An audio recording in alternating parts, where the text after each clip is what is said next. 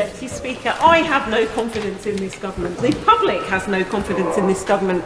The MPs opposite, 59 government members of whom put it in their own letters, have no confidence in this government, and they need to vote accordingly with us tonight. All political careers end in failure. It's a truism, but unlike past demises, this is one not on policy, but on probity.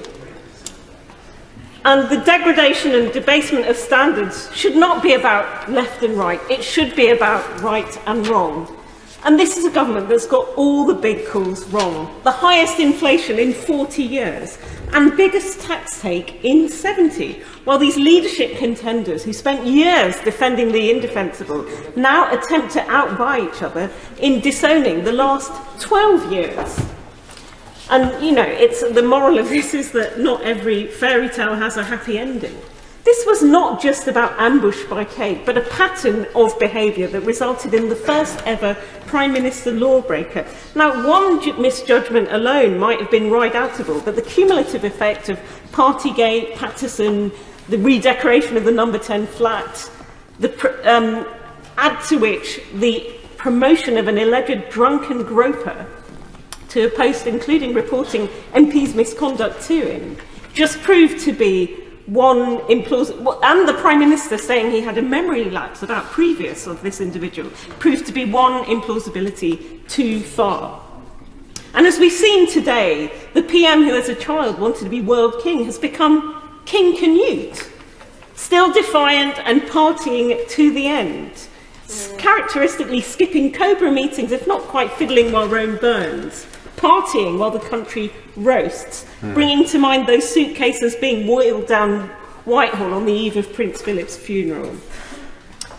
Meanwhile, our fellow citizens face huge challenges: climate change-induced heat wave, looming strikes, inflation, cost of living crisis, energy crisis, record NHS backlog, passports backlog, Home Office backlog, courts backlog, backlog Britain. Backlog Britain, absolutely.